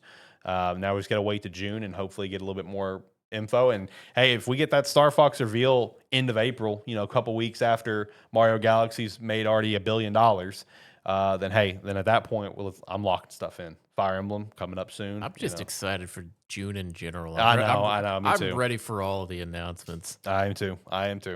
No, I'm very excited, and this just kind of got me more pumped too. So it's just this. Look, not even Star Fox future looks promising. Nintendo's is looking pretty solid too. This year's gonna be pretty great. I'm looking forward to it. All right, let me. I'm gonna shout out something else again. I'm gonna shout out both things again because again it helps me with cutting off videos. So hey, let's go back and look at merch again. SparklyShop.com. Go pick up 7 out of 10 is a good game shirt, or do better, or a hat, and we'd appreciate the extra support. All right, we'll hit the last thing and we'll hit the weekly wrap up. So hey, gaming got played with more price increases. Dude, some of this is diabolical. Some of this is diabolical. Like, dude. All right, so let's. This is dumb. It's dumb how expensive stuff is now. So let's start with a Nintendo one because I'm curious your thoughts on this. Nintendo put out a statement that apparently they're now going forward, starting with Yoshi. Their first party games, there's going to be a differing price between physical to digital games. Okay, physical is going to cost more. So like Yoshi is now the new bar. Yoshi can be $70. Digital is going to be $60. Now Nintendo claims that physical games are not going up. That's the exact words. Is the cost of physical games not going up? This means that when Nintendo sells digital versions of published games exclusive to Nintendo Switch 2 to consumers in the U.S., those prices will have an MSRP that is lower than the physical counterparts. So that's what they can say. But let me ask you long-term thoughts here. Digital discount, physical markup. What do you think it is? Because, let me point this out too, I don't feel like we have the correct measuring stick with Yoshi. Now, if this was Fire Emblem or something, I think that'd be a better measuring stick. Because this game could pass as a $60 game. It's the same thing with like Mario Kart World and that, where it's like Nintendo is pretty upfront with the fact that their first party games going forward were going to be $70. Right. So it's like we knew it was going to happen. We just didn't know. Like we've kind of just been waiting on it because it was Mario Kart is like the only one. The only $80 game. It's like we knew games were going to be more expensive. So it's one where it's like if their games are going to be $70 for physical, I mean, is what it is. I mean, I assume like they're not discounting anything. It's like So they're you just think it's physical markup? it's like yeah, it's just them essentially doing what they said they were going to do. Yeah. Because like again, They're doing what they said they were going to do, except they've just changed it to where we're not going to charge you. It's like you get the same price that it's always been if you buy it digitally. right?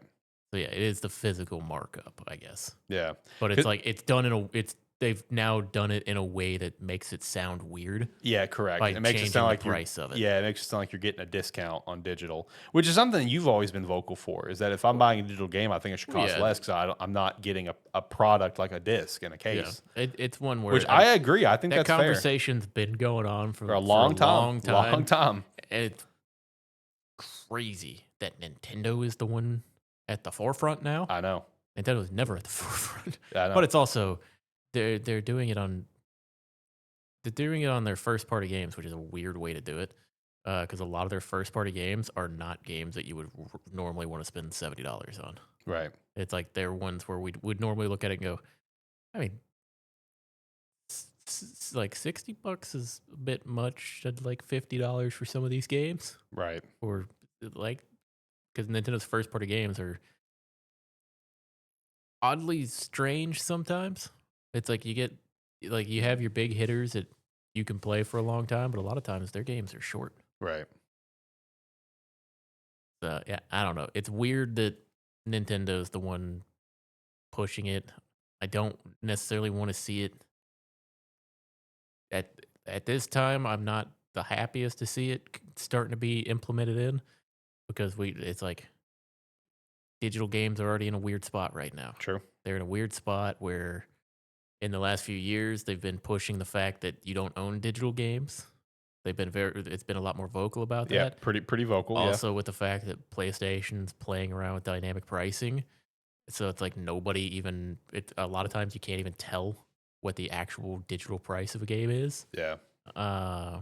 It's like it's weird that we're this far into digital gaming and now we're trying to make a change. Yeah. At this point, just stick with it. Yeah. At this point, just keep it how it has been. Right.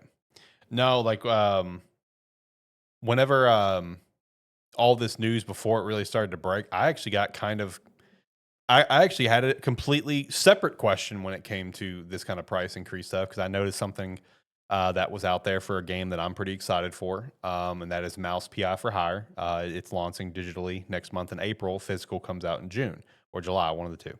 And I noticed that when it came to the physical release, the PS5 version was $30 and the Switch 2 version was $40. But the Switch 2 version was the entire game on the cartridge. So they had the higher cartridge to fit the whole game on there, not a game key card. So like my original question coming into this week was, oh yeah, I'm gonna ask like, hey, would you be willing to pay more money, like $10 more for a Switch 2 game if it was like completely on the cartridge? But now then all of this happened, and I'm like, all right, well now this throws a big wrinkle in things because now is a physical markup or digital discount? I have a lot of questions. So that threw me for a big loop this week. I don't even think that's a fair argument to make. Is like because that'd be like Nintendo going, "Do you actually want to own your game? Yeah, I know. If you want to actually own your game, you got to pay us more money." But it's like that's stupid. Yeah. Until there's like a better way to handle those cartridges, like in terms of like, gig sizes and prices, like that's just the way it's got to be. I don't know. It's a tough, weird window because there's only like 2 gig sizes. Also, just fuck off with the cartridges. Yeah, do a disc or something again. Yeah. But if they want to go with this handheld thing, I don't know if they're going to go a UMD disc. Like a PSP. That's a terrible thing to do. Yeah. To do that, but it's also just like you're making everybody's life hell with this. Yeah. Or just from the forefront should have told everyone it's like, yeah, I gotta use this specific one. Right. It's like we're not doing any of this pick and choose game on the cartridge, game not on the cartridge. It's like every one of them should have been game on the cartridge. Right. Yeah. It's a whole mess. And like I said, I'll be curious to see what the prices are when Fire Emblem, because I feel like Fire Emblem would be like the big game right now that could be a good measuring stick. Will Fire Emblem's physical be 70 or will it be 80? And what will the digital be? Will the digital be 60 or will it be 70? I feel like that's going to be the true measuring stick. I don't think Yoshi is the right measuring stick. I think they revealed it purposely with Yoshi to kind of give you a little bit of a happy feeling, and then they're going to hit you in the face with Fire Emblem physically at $80. Speaking of getting hit in the face, bruh, this PlayStation shit's getting crazy. Like, dude, it's so crazy. I'm low key thinking about going and buying a Portal right now this weekend before it goes up in price. I don't. It's hard to understand at this point the justification for it. I know, like especially some of these price increases because it's like the base PS5 was already increased by the way. So this is the disc one. Was $550. Now it's $650. The PS5 digital went from $500 to $600, and then the PS5 Pro went from $750 to $900 freaking dollars. And the Portal got a $50 increase, so the least of a blow. It's like the PS5 Pro was already a hard sell. Yeah, and now it's even harder. Now it's like, just, I mean, it's like if you're just there for exclusives, that's fine. Or it's like if you're just there for exclusives, you probably already have a PlayStation. Right. If you were looking at buying one now, it's like just go buy yourself a PC. I know. Like, just buy yourself a PC at that point. Yeah, no, because it's getting ridiculous. And dude, my whole timeline yesterday and today is everyone talking about like, oh man, I'm thinking about now going to trade in my base PS5 and getting a Pro now. And it's honestly not even because of the price increase, because I even had the thought, man, should I go get a Pro while it's still cheaper? And I had it for one particular reason, because seeing this gives me the worst feelings on what the PS6 is going to look like. I already had terrible feelings as it is, but like I'm just like, man, honestly, it might not be a bad idea for me to get a Pro because I can just wait on a PS6 for years. Did you see the GameStop post afterwards? I did. They're offering like extra money for trading in your PS5. I saw, and I quoted to it counteract it. I saw. It's like they're like, hey, this is some bullshit. We'll give you a little bit more on that. While respect for them for that, also fuck GameStop. I want to tell you this because I've already been thinking about for months about getting a Portal because like Christina has one. Now that there's been a lot of updates, it actually it's a pretty sweet device. After this news, I was like, man, maybe I should get a Portal. So I went and looked at GameStop before, like right yesterday when all this news broke. Portal pre-owned for Pro members, which I am a Pro member. $170. I was like, all right, cool. And I've got like a $15 off reward, so I can get a little bit cheaper. Cool. It was in my cart. All right. All of this kind of takes place. I look at it again this morning. I'm like, do I want to do this, man? I'm trying to get out of debt. I'm not trying to get a little bit more debt, whatever. And I noticed that the pre-owned price overnight had already increased to the new pre-owned price to come. So if you go to GameStop right now, at least for me, brand new Portal, $200. Pre-owned or refurbished, $210. Now, my cart was still the $170, but I changed one little thing in my cart to like shipping, bumped it up to the new price. And I'm like, man, fuck y'all. So yeah, GameStop quietly raised the price on the Portal pre-owned overnight last night because it went from $170 yesterday to the $210 that it's going to be when this all comes into effect next week. And I got pissed. So now I was like, well, if I'm going to go buy one this weekend, I guess I'm buying a new one, which is not a bad thing. I don't mind to buy a new device, but so I was also down to save like $45, you know? Yeah. So I was like, God dang it, man. Yeah. So I'm pissed about that.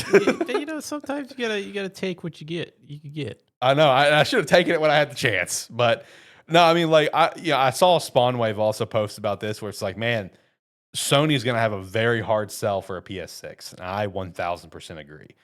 And these price increases, they're not even limited to just this stuff. I mean, I also saw just today that the next Playground is also going up like $50, whatever, which that's like a kid's gaming console, and now that's going up too. And it all comes down to the same thing with all the chip shortages and stuff. And it's like, man, gaming's in such a weird spot right now. Like RAM's unbelievable. Like building a PC feels almost impossible at this point. You're just better off to go buy a quick pre-built or something. Yeah, gaming is in the weird spot because it's one where, God, it is expensive as fuck to get into. Yeah. At this point in time. It feels like a luxury hobby. If you can get into it, it's a fucking great time. Yeah, yeah. There's so much out there that you could do that's good right now.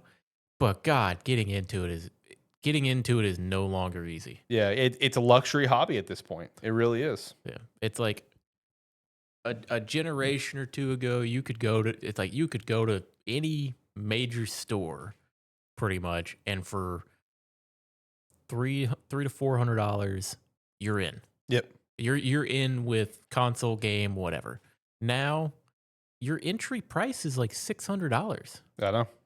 It's like, I mean, pretty much for anything, because hell, Switch 2 is like still what, like 500? Yeah, it's still 500. So it's like, yeah, or like 450 if you're lucky. yeah, it's like, but it's expensive to get into. Because like you think about it, even after you buy that 455, you still got to buy a game or something. So, Yeah. it's like $600. That's the entry point. It's like you're $600-700 in just to come home with a console and a game. Yeah. That's wild. Yeah. It's just, which I understand consoles have always been expensive and stuff. Like, I get it. Especially, at different points in history, things. I mean, let's look back at the freaking PS6 launched $600. Like, what the hell? Well, yeah, but it's like in perspective for like the last 2 generations of gaming, $400 at almost any point in time would get you a console, like a console and a game. Yeah, yeah. Now you can't even get a console for that. Right. You can't get anything for that. Yeah, the as we've always said, the consumer friendly but nightmare for devs console of Series S. I mean, that's like $500 now. Like that's ridiculous. A Series S, like I can't pitch a Series S to somebody for 500. I think I got mine for like maybe 3. Yeah, because it launched at 300, didn't it? I think that's why we said it was such a great It's consumer friendly item. It's like I bought it. Yeah, it's like I bought it fairly. Yeah, it early. was 3 because I think when we got Christina's, it was Black Friday like 250 is why we bought it. It's like or 230 or something. It was one where it's like when I bought mine, I kind of bought it on a whim because I was like, it's pretty cheap actually. Yeah, no, I mean it was the same thing with us. We were in Best Buy picking something else up around Black Friday. It's just like, I mean, babe, this thing's like $220 right now. Do you just want to pick this up and you can play Game Pass and have a great time?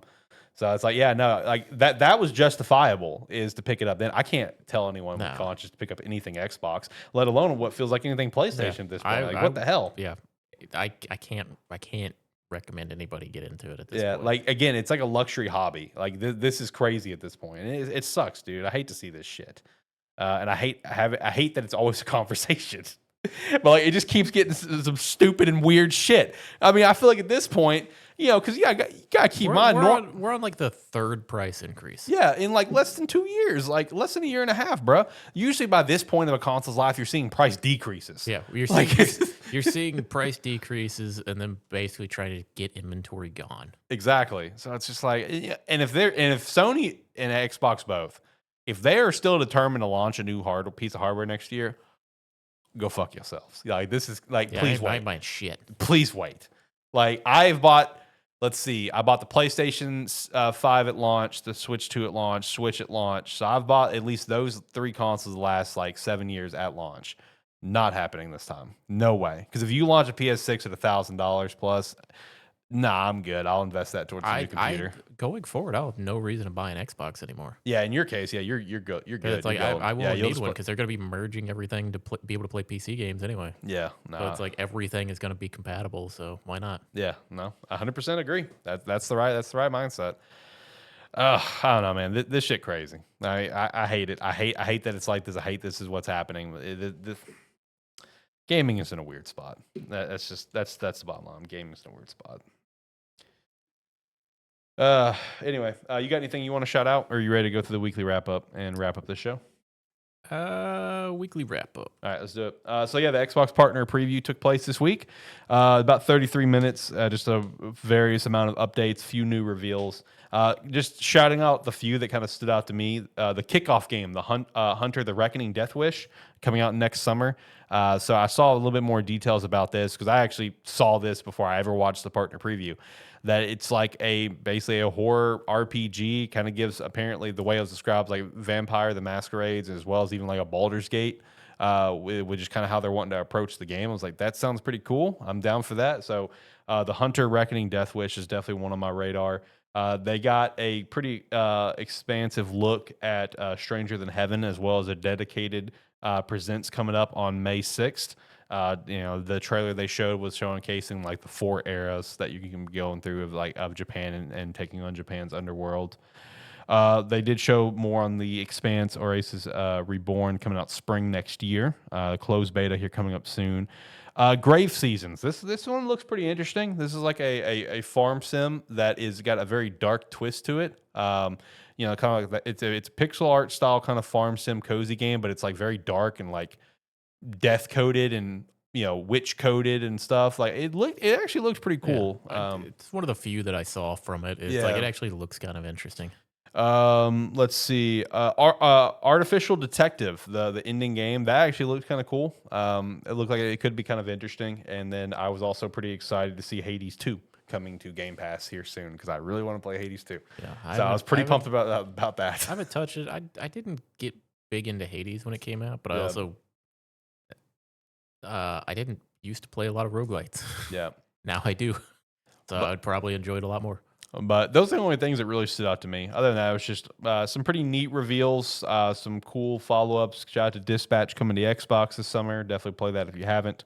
It was fine for what it was. It was kind of. It's always nice to see like a little. Just here's some games. Yeah. Every once. So we've talked about that before. Even if it's not for us, it's nice to get a little preview. Everyone and Xbox does this. I've pretty on par with Nintendo with when they do partner directs and indie worlds. Just here's some games. Go have fun. Yeah. It's one where we talked about before. More companies need to do stuff like this every now and then, like multiple times a year, where not every direct, not every showcase that you put out there has to try to be like a big hitter. Yep. It's like sometimes just put it out there and say, here's what we have coming for the next couple months. Yep.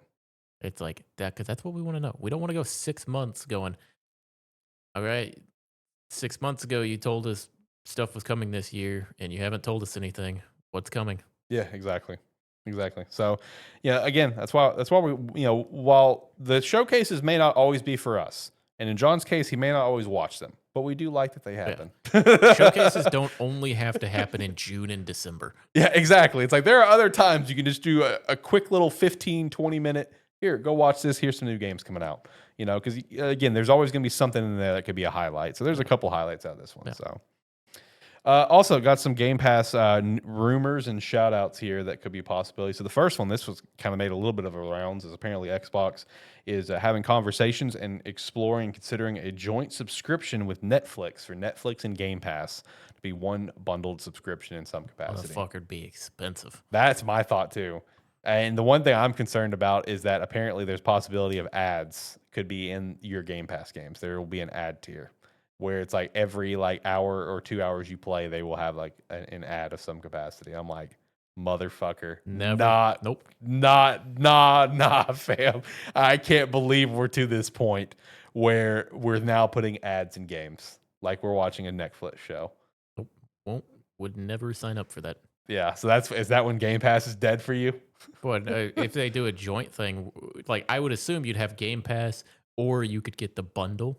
Yeah, and bundle that'd them be together. my assumption. Yeah, I would never get that bundle. Yeah, I will pay for each of them individually and pay a few dollars more. Yeah, no, I agree. Then apparently through some data mining of things, there could also be a first party only Game Pass tier that could be added. I really feel like it's just, man, that's gonna be a sparse tier. I know. Yeah, it is. No, listen, I feel like they're just really trying to experiment a lot of things internally, see what sticks to a wall. Yeah, but the problem is they need to stop fucking around with Game Pass tiers. Yeah, because we had a nice system where we had Game Pass, we had Game Pass Ultimate, and we had PC Game Pass. Yeah. Now we have 5 options. Yeah, it's like Game Pass, like Essential or whatever. Then it's Premium. Then it's Ultimate. And I think there's the PC ones or something. There's PC only. I think there's one tier where you only get you get the Game Pass library. There's a different tier where you get day one games. That should be Ultimate. And then Premium is like you get some games day one. And you get games within a 3-month window of launch or something like that. And remember the good old days when we had Game Pass?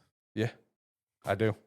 And but it's still arguably the best deal in gaming, though. It's getting further. It's getting closer and closer to not being worth it. I do agree. It's kind of flirting. A couple more dumb decisions and price increases, and it's like, I don't know if I can justify this anymore. Yeah, it's like I have some serious questions. I might just go back to just buying every game that I play. Yeah, because the other thing is, I think they're talking about trying to phase out PC Game Pass. Yeah, and merge it all in one, which that one's fair. Like, I mean, it's fair that they might want to do it, but it sucks because PC Game Pass versus Game Pass Ultimate, because PC Game Pass is Game Pass Ultimate for PC games. Right. Well, It's like $10 cheaper. well, like if they're going that direction with they're doing with their console, like I understand. Like we talked about that. Like I get why they would want to do that. I get why they would want to do it, but it's From like a price standpoint, it would suck. from price standpoint, they better honor my goddamn price subscription that I'm paying. No, you know they ain't. Because it's like you get a price Game increase. Pass Ultimate's what, like $28? No, I think isn't it like 45 now? I have no idea. I just bought a 3-month card recently. I think the 3-month card was $90. So yeah, and I think it's just $30 now. $30, yeah. Yeah, I pay like 17 for PC Game Pass. Yeah, fuck you. I'm paying $90 for 3 months. I should get my use out of it though. I do use it a lot. I know, like PC Game Pass used to be like $9.99. Yeah, I remember when Game Pass was $15. And now here we are at $30 for Ultimate. I'm like, God bless. Hate price increases, bro. Gaming's in a weird spot. Apparently, Jack and Daxter remake and remaster was once pitched to Sony, but Sony turned it down. That's unfortunate. Yeah, we talked about this earlier with Life is Strange. Sometimes franchises need to just kind of stay behind and move on, but there's some that could like give it one more shot. You haven't given it a shot since the PS2. Like, give it one more shot. Yeah, just do a remake of the first game. Everyone loves the first game. I don't know. One more. That's another one where I'm kind of like, I don't necessarily see the need for it. Yeah, I mean, I get that. I see both sides. Apparently, Marathon is doing great. By the way, shout out to that. What a plot twist for this year is that Marathon's being reviewed super well and being praised. Well, it's so much negativity leading into the game. Yeah, they quietly seem to do everything that they needed to do to turn the game around. Yeah. But yeah, it's one where apparently their big event that they were kind of banking on to be the big hitter, right? Started happening, and it's what they ask people to hold off on talking about. Yep. And apparently, it is the best thing in the game. Yeah, people are incredibly addicted. So it's like the fact that it's doing well. I mean, great. I mean, that's the thing. It's like I guess it's the new extraction shooter people can be excited about. Yeah. Like I haven't looked at any of the numbers for any of those types of games in a while. I've been out of them for a good bit. Yeah. But you know what? It's having options for those type of games is good. Yeah, options is always a good thing. It's always a plus. Apparently, Digimon Story Time Stranger is getting a full expansion. It's in development and coming in 2027. Shout out. Okay. I'll wait to do a playthrough then. Yep. Have to see how big of an expansion they're actually doing. Yeah, what are we talking about here? Please give me the other Legendary Warriors, please. That'd be cool. Sonic Frontiers Definitive Edition was rated in Korea. That's fine, I guess. Got some DLC that came out a couple of years ago. Upscale the game where it fits to current consoles even better. I don't know. Works for me. Cool. Pokemon Champions is launching April 8th. We did get some prices for stuff that came out too, like a $10 starter pack, $7 premium battle pass, also a free battle pass, of course, and then a $50 12 months membership. The premium battle pass unlocks extra rewards, and the 12-month membership also gives you like exclusive member like goals that you can reach and stuff. But for the most part, what all of these things give you for the most part is mostly like more box space for your Pokemon, as well as more options for usable teams, as well as music. So that's a plus, is that it's not like that full-blown pay to win, just a little bit pay to win. It's for someone who plays a lot of free-to-play games, and like box space and stuff like that is something that I equate to like stash tab space in a lot of free-to-play games that I play. I am perfectly fine with there being a limited amount of space available and having to purchase more if you want to have it. That is something that is common to me. Right. The vast majority of people that would be getting into this it's not going to be something they're necessarily used to, but it is being marketed as a essentially free-to-play mobile game in a sense. So having some microtransactions inherently in there is going to be perceived as normal. Yeah. No, I don't see anything egregious with this. Also, I don't know how much information you have on the Pokemon Champion stuff here. Not a lot. I just had like the packs and stuff. There's been a few people who had access to got to go Yeah, I to watched Nintendo. Wolf's video, but I Yeah. forgot to make notes. But yeah, there's a few like Pokemon players and that who have YouTube channels and that who got to go and actually experience the game, and they gave their thoughts on it. They have some B-roll that was provided for them. They weren't allowed to film themselves. Wolfie VGC, his video, I watched it as well. Very informative. He did quite a bit of testing on stuff that you wouldn't normally see, Right. or you wouldn't normally look for in a lot of these in like some of these preview events. I've seen some stuff from I forget some of the other people, but there's a couple videos out there detailing their interactions with the game and things that they found out with it. So if you are curious, there are plenty of videos you can go watch to get a better explanation of mechanics and how stuff works. Yeah, like including like some stat stuff because I know Wolf was talking about that. I think it was what IVs Are gone. Yeah, the way certain abilities and moves changed and stuff like that. I heard about as well. So yeah, no, there is a lot of details. Like I said, I watched Wolf's while I was cleaning here in the studio where I listened to it, but I forgot to make notes. Yeah, for the most part, things I was curious about, which was changing stats, changing natures, changing abilities. It's all sliders and just options. Yeah. It's like you just click, you pick the Pokemon, you go to change it, and you go, I want this ability over this ability. I want these stats to go this way, and it's all done with points that you earn while playing the game. Yeah, yeah. No, overall it seems pretty user friendly, which was the big thing that Wolf talked about too, is that it was all like pretty user friendly. Yeah. There's a lot of questions I had about the game, so it looks good from what I can see. I don't until I get my hands on it, I don't have any issues so far from what I've heard. Yeah, I know. I'm looking forward to it. It's coming out here pretty soon. Hopefully, it gets me that itch to really want to dive into, some competitive again, because it's been a hot minute since I've really dove into some competitive. So hopefully, this really kind of gives me that itch, and it also helps that the first season's gonna be like megas and stuff. And I love megas, so that's gonna be cool. I can't wait for them to do when they do Dynamaxing. That's when I'm gonna be like, let's go. Because I loved Dynamaxing, man. Dynamaxing was so fun for competitive. So hopefully it gets me that competitive itch. I'm excited for it. Also from that NateTheHate episode, at the very end when they answer questions from fans and stuff, one thing that was asked about the Final Fantasy VII 9 remake that's been rumored and leaked and talked about for the longest time, as far as he knows, that it is on ice and there's been no movement on it. So that is the last update he got a while ago, that there's literally like no progression on this. And then lastly, the last thing I've got here is a rumor that apparently Star Wars Jedi, the third game, is rumored to be announced on May 4th. May the 4th be with you. So we'll see if that ends up being true. Probably the finale for those games, I would assume. It's so sad, dude, because I own both those games and I have not beat either of those games. I've played the first one a little bit. It was one where it's like before it was the style of game that I liked playing. Yeah. No, so whenever the second one was coming out, I literally just sat down while driving store to store or whatever, and all my windshield time that I get, and just listened to like a 2-hour video of everything from the first game, because I was like, I don't know if I'm gonna have time to go back and finish this game at this point. Let me just figure out what happened. So I just learned the entire lore of the game through a video, kind of like when you sent me all the God of War stuff once upon a time. I was like, all right, cool, I'm ready for the new game now.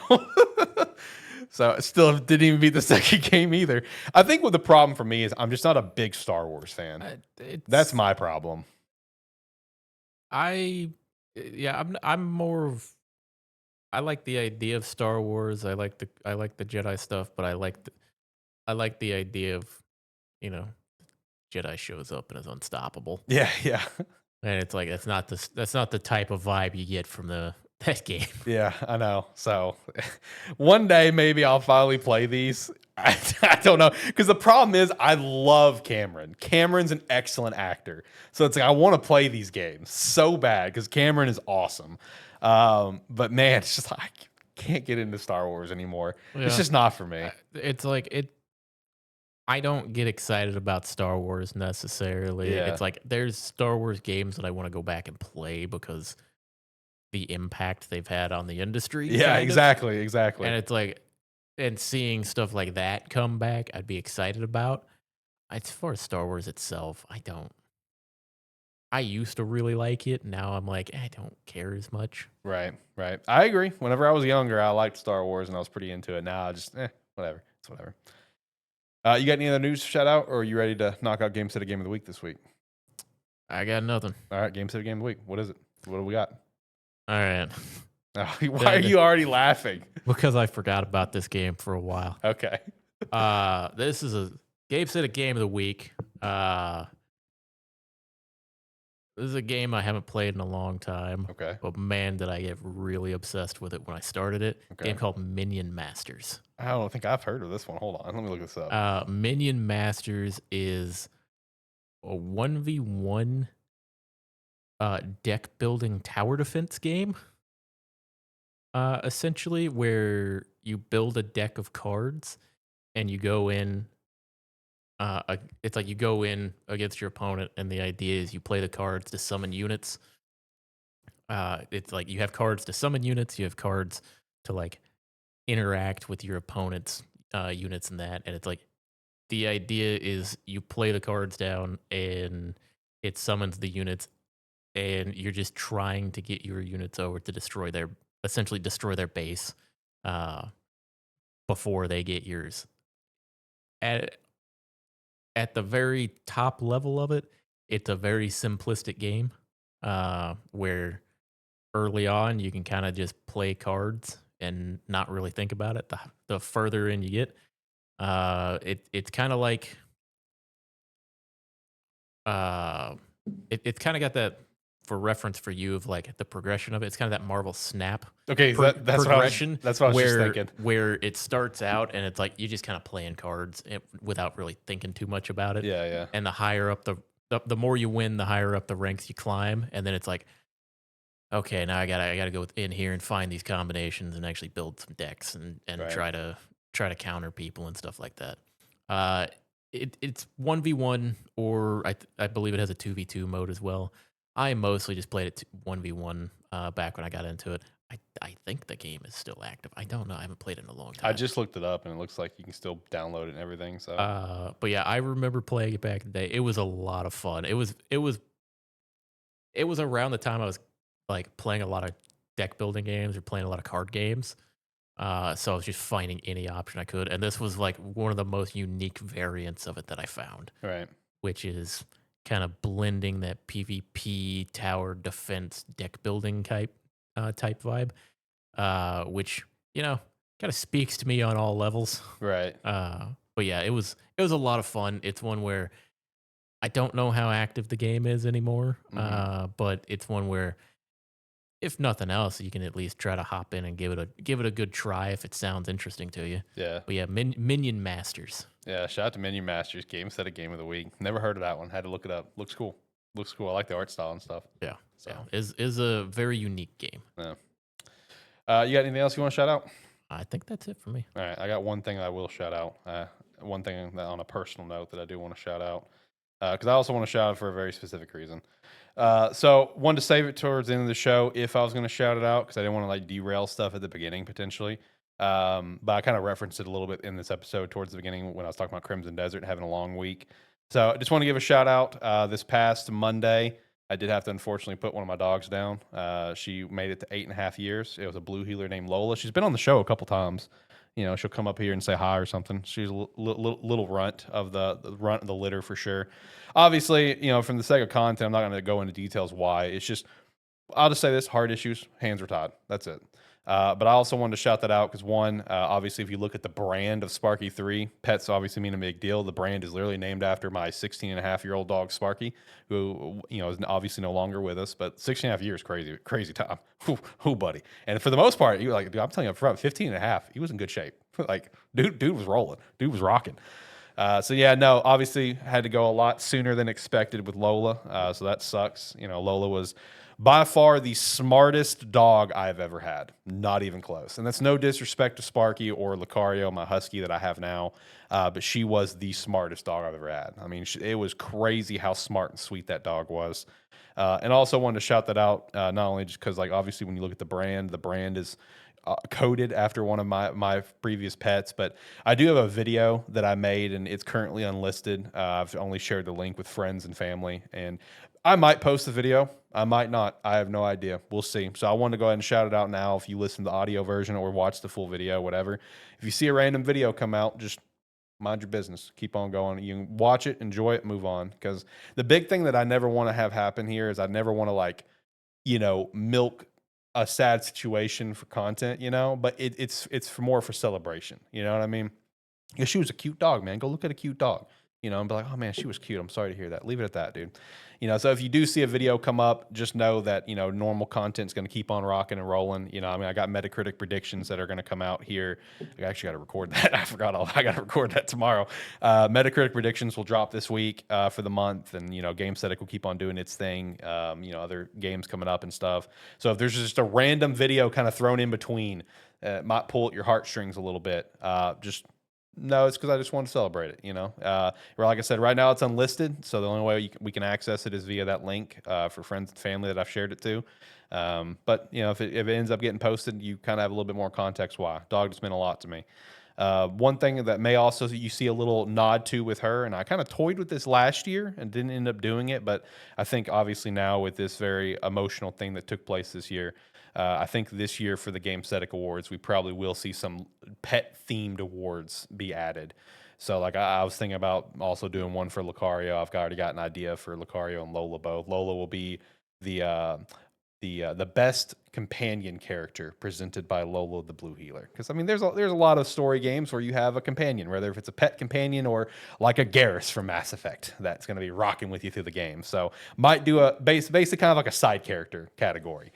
Shout out some side characters as well as our protagonists when we do Best Character Awards. So probably going to have something like that for the Gamestetic Awards. So I just wanted to shout that out here at the end of the episode. Lola was a great dog, man. She's going to be extremely, extremely missed for the rest of my life. That's for sure. All right, let's hit the music, brother. Let's get out of here. That's very, very loud. Yeah, that was hold on. Disorienting. Hold on. I know why it's loud. All right, we're good. My fault. It was on the wrong scale.